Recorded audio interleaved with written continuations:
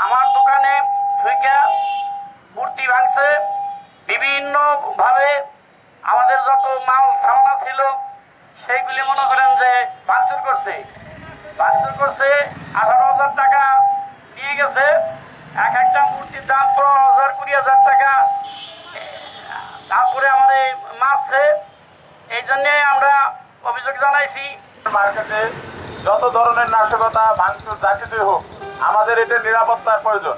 আমরা সবার কাছে একটাই দাবি, আমাদের এই শ্রীঅঙ্গনের সমস্ত শ্রীঅঙ্গনের নিরাপত্তা দাবি করছি। আঙ্গিনা মার্কেটে যে কোনো রকম সবসময় আমরা অত্যাচারিত হচ্ছি, যে পোলাপানাকে টাকা চায়, চান্দা চায়, এইগুলো আপনার একটু আমাদের সমাধানের ব্যবস্থা ভাঙচুর করে দোকানে। এই যে আপনি 23 তারিখে এসে গোপালদার দোকানে ভাঙচুর করছেন, এই জিনিসটা আপনারা আমাদের ব্যবস্থা নেন।